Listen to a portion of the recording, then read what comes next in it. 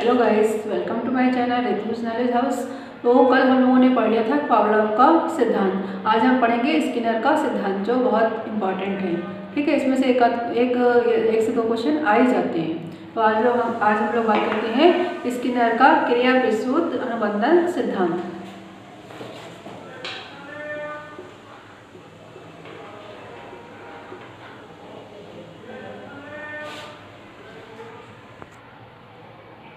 देखिए, स्किनर का क्रिया विशुद्ध अनुबंधन सिद्धांत। ठीक है, स्किनर ऑपरेंट कंडीशनिंग थ्योरी। ये इनका पूरा नाम BF स्किनर।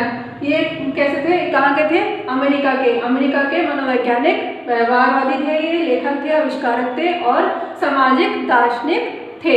ठीक है, और इन्होंने प्रयोग किस पे किए? चूहे पर और कबूतर पर और मनुष्य पर। जो सबसे ज्यादा प्रयोग किए, वो जो सबसे सफल प्रयोग रहा इनका किस पर रहा? चूहे पर। ठीक है, चूहे पर जो इन्होंने प्रयोग किया था वो किया था 1938 में, और कबूतर पर किया था 1943 में। ठीक है, तो इतना आप लोग समझ गए होंगे, इसको नोट कर लीजिए आप लोग। इसके बाद में देखते हैं हम इसके अन्य नाम, जो उपनाम है इसके, उनको जान लेते हैं, जहाँ से क्वेश्चन आते हैं। ठीक है,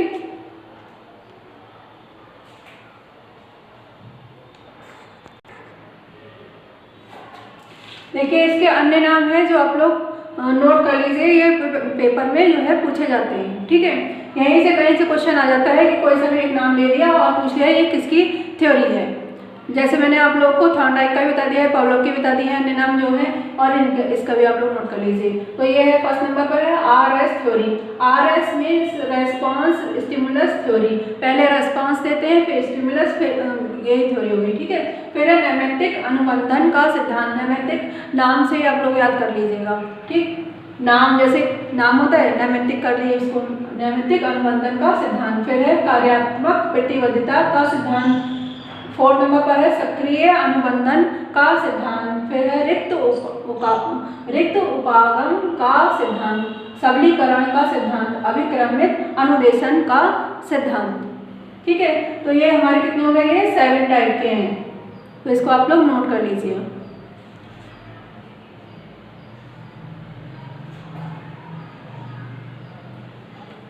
अभिक्रमित अनुदेशन का सिद्धांत ये जो है ना, ये अलग से भी है, इसको मैं थोड़ा सा बता दूंगी बाद में, नोट कर लीजिएगा आप लोग। तो आगे देखते हैं हम लोग। देखिए, अब हम बात करते हैं स्किनर द्वारा प्रतिपादित सीखने के प्रकार। ठीक है, फर्स्ट नंबर पर है इसमें सीखने के रूप। तो इसमें टू टाइप्स होते हैं। फर्स्ट है इसमें प्रतिक्रियात्मक व्यवहार और सेकंड है इसमें क्रियात्मक व्यवहार। प्रतिक्रियात्मक व्यवहार में क्या होता है, जैसे ये उद्दीपक के ऊपर उद्दीपन द्वारा उत्पन्न होता है। जैसे उद्दीपक क्या होगा हमारा? स्टिमुलस, खाना, पुरस्कार। तो ये सब चीज़ें क्या है? जैसे हमने बच्चे को पहले ही टॉफी दे दी, ठीक है, तो जैसे बच्चे का मन कुछ काम करने का है या नहीं, हमने उसको पहले ही टॉफी दे दी, तो अब उसकी इच्छा है वो काम करे या ना करे, ये तो क्या अनैच्छिक कार्य हो गया। ठीक है, इसको क्या कहेंगे? अनैच्छिक व्यवहार। तो मतलब हम पहले ही बच्चे को क्या कर रहे हैं? स्टिमुलस दे रहे हैं। तो इसको जैसे इसको और ऐसे समझ लेते हैं, जैसे लाइट जैसे अचानक पड़ जाती है, जैसे हमारे ऊपर अचानक लाइट आने पर क्या हो जाती है? हमारी आंखें पलक झप जाती हैं। ठीक है, जैसे कमरे में तेज रोशनी देखते हैं हम, तो हमारी आंखें ऐसे ऐसे बंद होने लगती हैं, है ना। या आपके बॉडी पर अगर कोई सुई चुभा दे या पिन चुभा दे, तो आपकी बॉडी वहाँ से क्या होती है? सिकुड़ जाती है। तो ये क्या है? हमारी इच्छा नहीं है, तभी वो कार्य हो रहा है, तो अनैच्छिक कार्य। ठीक है, तो प्रतिक्रियात्मक व्यवहार में क्या होता है? अनैच्छिक कार्य का होना, और इसको क्या बोलते हैं हम? टाइप एस अनुबंधन। क्या बोलते हैं इसको? टाइप एस अनुबंधन। फिर है ये क्रियात्मक व्यवहार। क्रियात्मक व्यवहार में ये जो कार्य हमारी इच्छा से किया जाए, तो ऐच्छिक कार्य। ठीक है, जैसे स्किनर की थ्योरी में बताया गया है, अभी मैं आपको आगे पढ़ाऊंगी कि पहले हमने क्या करा? वर्क किया, उसके बाद में क्या हुआ? हमें स्टिमुलस मिला। जैसे इसमें ये कह सकते हैं कि अस्पष्ट उद्दीपन द्वारा उत्पन्न होना। तो ये तो थ्योरी है टाइप एस थ्योरी, और ये है टाइप आर थ्योरी। ठीक है, तो जैसे इसका हम देख लेते हैं उदाहरण। हाथ पैर का चलाना, हमारी इच्छा है कि हम अपने हाथ पैर को चलाएं, तभी हम चलाएंगे। अगर हमारी इच्छा नहीं होगी तो हम नहीं चलाएंगे, है ना। और हाँ, यही है इसमें भोजन का करना। अगर हमारे मन होगा तो हम भोजन करेंगे, नहीं मन होगा तो भोजन हम नहीं करेंगे। फिर है पुनर्वलन। सेकंड पॉइंट क्या है हमारा? पुनर्वलन। पुनर्वलन कैसा हो सकता है? धनात्मक भी हो सकता है और ऋणात्मक भी हो सकता है। धनात्मक कौन सा होता है?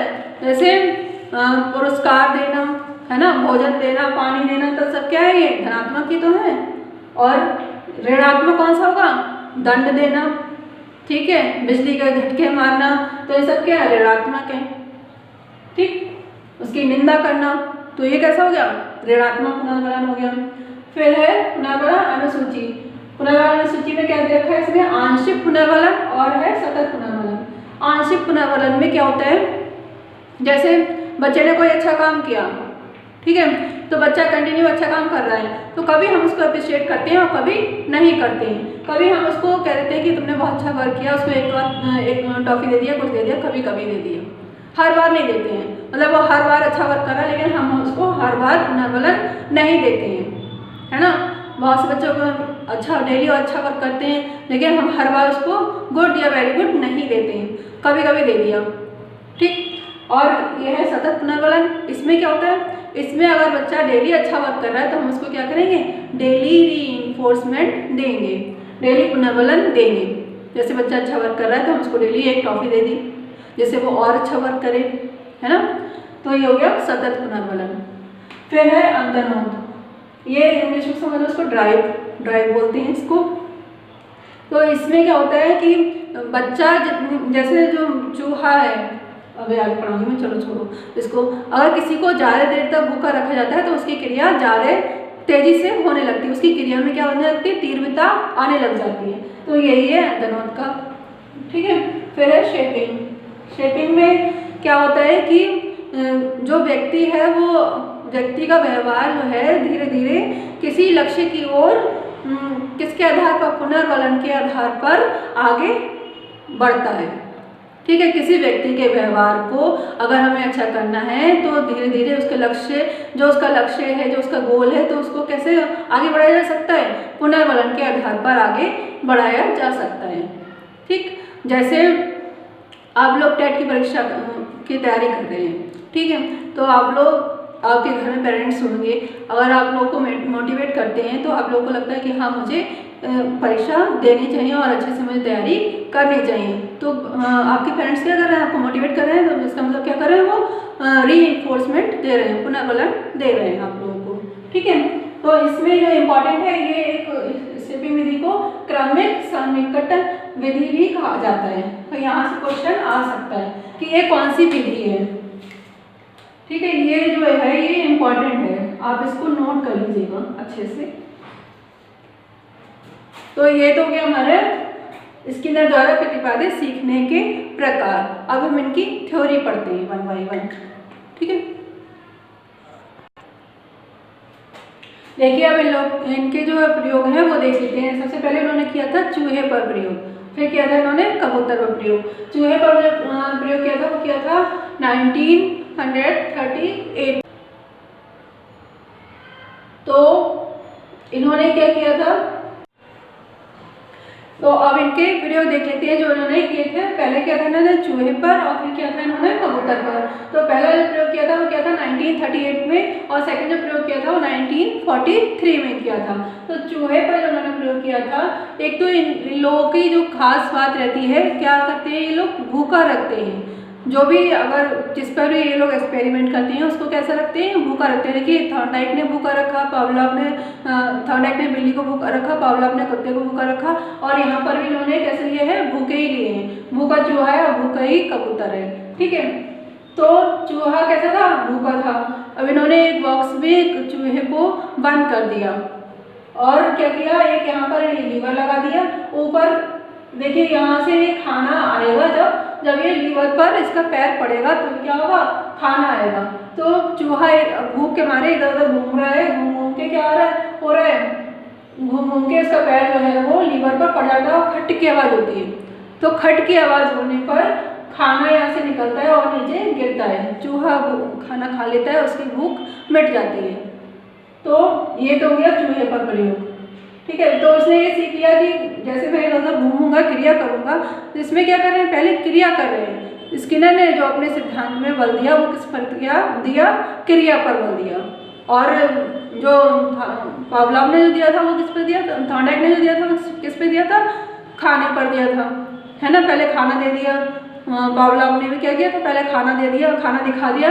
डॉग को क्या कर रहा था, पहले खाना दिखाया जा रहा था, स्टिमुलस पहले दिखाया जा रहा था, उसके बाद में क्रिया करवाई जा रही थी। यहाँ पर क्या कर रहे हैं, पहले क्रिया करवाई जा रही है, खाना बाद में आ रहा है।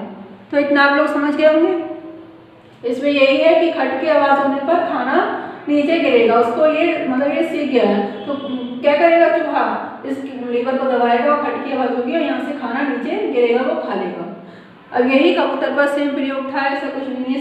इसमें भी क्या था, ये चोंच इधर उधर कबूतर को चोंच मार रहा है, चोंच मारते मारते इसकी चोंच यहाँ पर लग जाती है लीवर पर और खाना यहाँ से गिरने लगता है, तो वो खाने के दाने जो होते हैं वो खा लेता है। तो ये प्रयोग हो गया कबूतर पर। तो ये दोनों आप लोग देख लीजिए प्रयोग जो है। प्रयोग से कभी क्वेश्चन ऐसे नहीं आते हैं, जो क्वेश्चन आते हैं वो वहीं से आते हैं, इनके उपनाम वगैरह से क्वेश्चन आते हैं और इनकी डेट वगैरह जो है आप लोग याद रख लीजिएगा।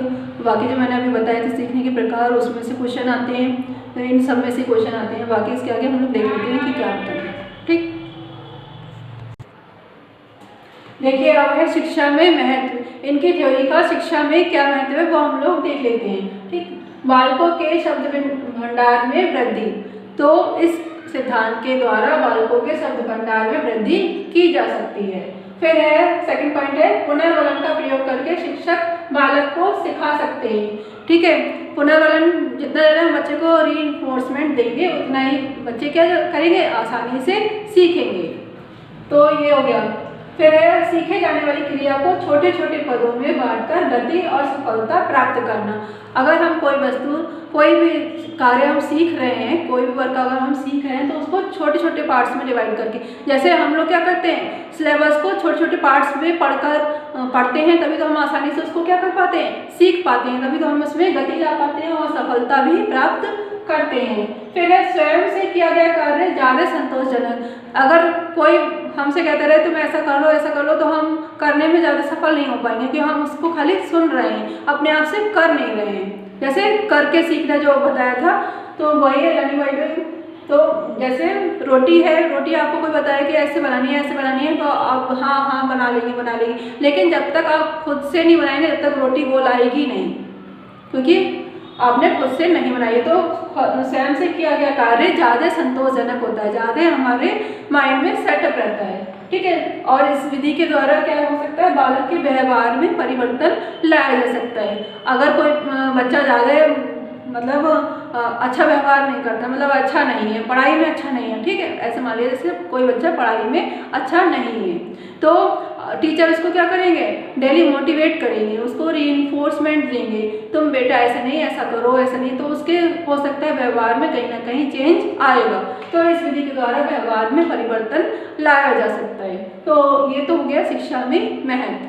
अब हम बात करते हैं जो हमने बताया था अभिक्रमित अनुदेशन का सिद्धांत, जो बताया था लास्ट में, जो विधि बताया था, उसके बारे में हम लोग बात कर लेते हैं, ठीक है।